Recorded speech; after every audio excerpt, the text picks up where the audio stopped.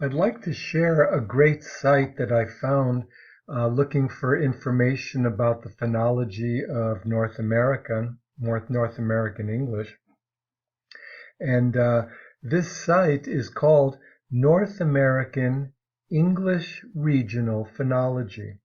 And it's all called regional phonology because actually you already know that how people speak in different parts of the US, it varies. So here we have a lot of different areas that we can talk about. We could learn about Canada in Western United States. You can see it highlighted as I hover over it on the left side of the screen. And then for the United States, we can look at Atlantic Canada, California, the Pacific Northwest, New York City. And then you see that there's other areas of the US that we can learn about, and this site provides information about them separately. What I'd like to kind of show you and to share with you is the phonology or pronunciation of English in California. So let me click on California.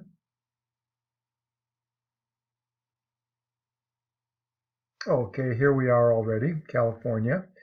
And I want to just kind of go over how this site works. It took me a few minutes to understand and to see how many different resources there are. It's truly unbelievable. Everything in blue, when you hover over it, you can kind of get a quick definition, explanation. And then on the bottom left-hand corner, when you click on this box with the arrow, it takes you to another whole page. So right now we're on another whole separate section of the site that really talks about California English. And you can see how many different choices and parts there are to learn about. What I'd like to show you though is that you could, when we have time, read through this. The phonology we're going to go take a closer look at together. Lexical characteristics if you're interested in the vocabulary, varieties. I do want to show you a good link. There's a number of good links. All of these are excellent links to learn more about the phonology of North America. This phonological atlas of North America was just recently completed. It was, a lot of it was done and organized by William Labov, who's an extremely famous sociolinguist in the United States. And a lot of the information probably on this website comes directly from there. But you can also see that there's maps of different areas of the United States. This is an amazing resource, absolutely amazing. But I wanted to show you something, but it's from Stanford EDU, and it was created by Penelope Eckert. And she actually is a very well-known language and gender researcher and writer in that topic. But she's created a vowel chart that shows how the vowel sounds of California are shifting. And this is very common throughout the United States and very common in the history of languages is that vowels shift. And very often when one vowel changes, it creates a shift of other vowels. And we can see by the yellow lines that that's exactly what happened when oo moved closer to the front of the mouth. And when we say moved, it really means that this chart shows us how if we took a cross section and if our nose was over here and the front of our mouth is on the left side, then the back of our mouth is here on the right side of the chart. And the top of our mouth is indicated by this part of the chart. And of course, the bottom part of the mouth is indicated here at the bottom of the chart. And more or less, when we make the sound oo, then our tongue is high in the back of the mouth. When we make the sound E, our tongue is high in the front of the mouth. When we say the sound O, our tongue is lower. When we say ah, our tongue is raised a little bit and pushed to the front.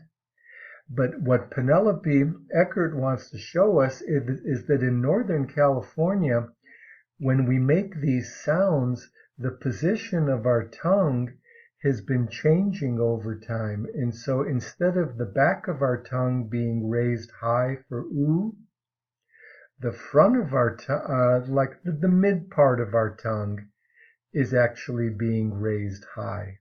And that's why she says the sound is actually shifting or fronting. And we can see other sounds are going down in front. Some sounds are moving up higher in the mouth. Some are moving lower. And then if you'd like to hear examples of these different sounds, then you can go on the left side over here and, for example, click on a word. And this is going to be a demonstration of ah. The vowel in hat, hand, pass is splitting into two variants. So she's showing us that this vowel sound ah now has two different versions. There's an example of it that we find in front of consonants like N or M or N. And there's another variety of this ah sound we find in words like hat or rack. For example, let's take a look at stand. So we can open up the chart. Stand. And you can hear how fast it's said because that's how people really speak, is that the sounds are produced extremely quickly. Stand. Stand. Stand. Okay. And now let's take a look and see. Let me close this up. And let's see if we can hear the difference.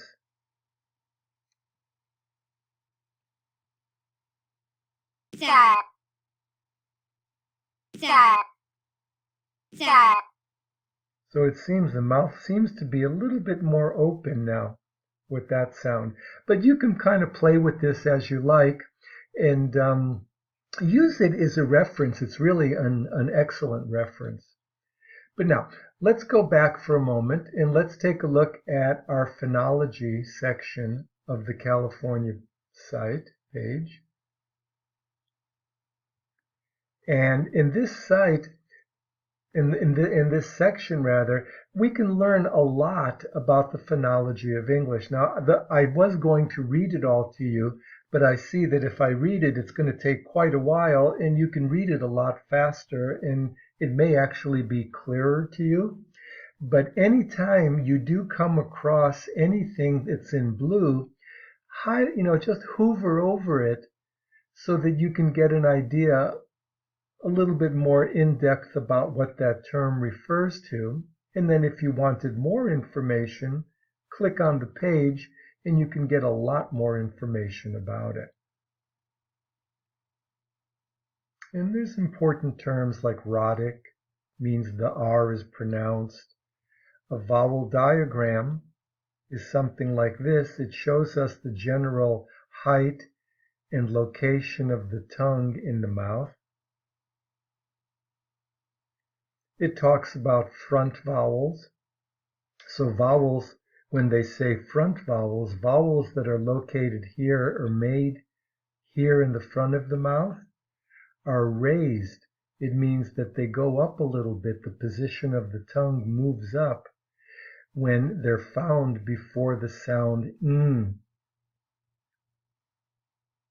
And I thought this was particularly interesting because it's actually it kind of talks a little bit about my own pronunciation of English. But the vowels in words such as Mary, Mary, Mary, that's how I say them, are merged.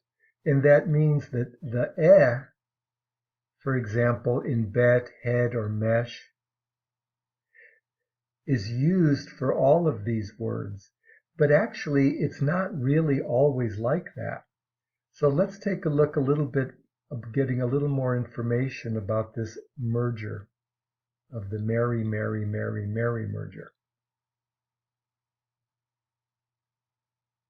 And let's see, I think that's down a little bit, isn't it?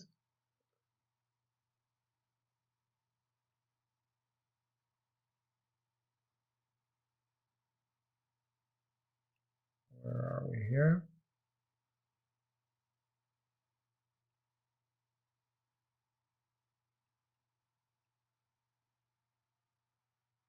Actually, I clicked on the wrong word, but here we are now. So let's take a look at this Mary, Mary, Mary merger. Oh my goodness, okay. So one of the best known mergers of vowels before R, and R very often influences the vowel sounds in a word, is the Mary, Mary, Mary merger.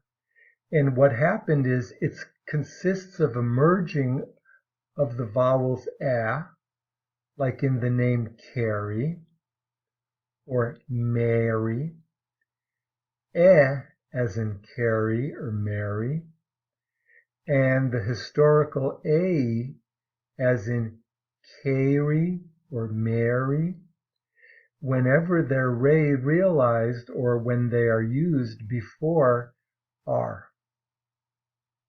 The R sound when it comes between vowels. Now this merger is fairly widespread. It's meaning that it's completed or at a near complete stage in North American English. But it's rare in other varieties of English. So, for example, if you went to England, people would actually say these three words, Mary, Mary, Mary. They would say them quite differently. And that I thought was interesting. I wanted to share that with you. But let's go back for a moment more. And so here we are. We're back at our phonology section of California. But you can see that there's a lot of interesting information about Northern California English. So, for example, the words cot and caught, also the vowels have merged in these words. So today, for example, not most, but many people in California, they use the same vowel sound. They say cot, I sleep on a cot, I caught a big fish, or I caught a cold. For me, my own dialect, I say caught and caught. Another interesting thing about California English, and again, it's happening in the United States as well, there's a merger of the vowels I and E when they're coming before these kind of nasal consonants like N or M, N, M, pin, pen. And let's take a look. We can get some example. Well, let me get some examples of that for you also. So the merger is a conditional merger of I and E before the nasal consonants. The merged vowel is usually closer to I than to E. So for example, you get homophones or words that sound the same when you use that merged sound. So pin, pin, kin, kin, him, him. These words begin to sound the same because the I and the E are merged. And we can see this, what a huge part of the United States this has happened in here. And this is part of the Midland dialect.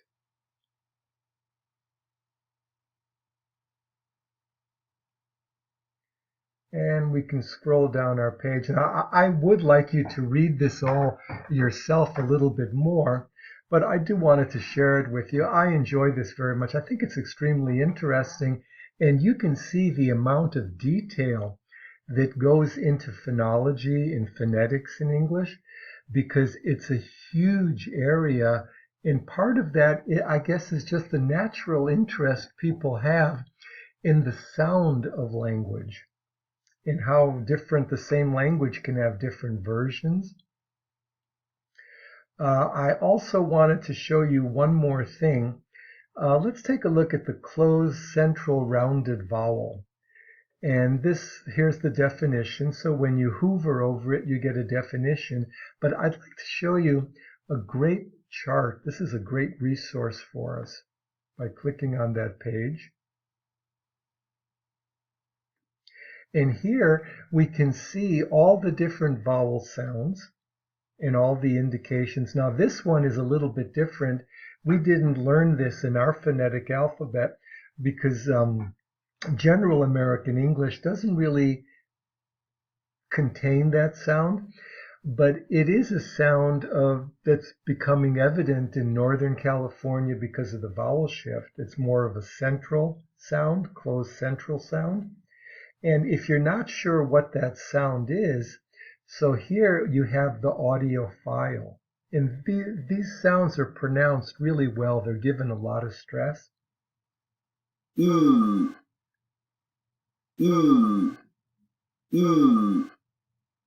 if you want to refresh your memory or hear some of these sounds, so what we can do is we can choose a sound, the closed mid-back rounded vowel.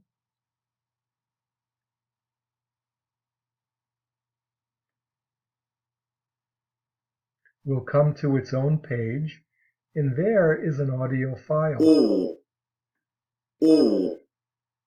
Now, I think knowing that this resource exists is great, because anytime you have a question, please refer to those vowel charts in those audios, because they help make the sound real for us. Instead of just a symbol, it becomes something that's real for us, and we can understand it so much better that way.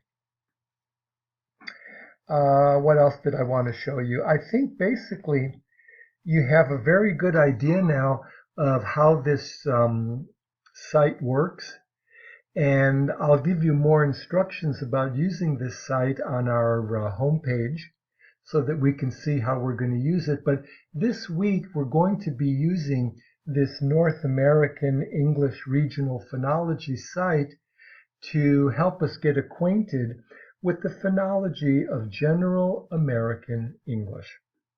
So I hope you enjoyed this introduction, and I hope you enjoy our week's activities.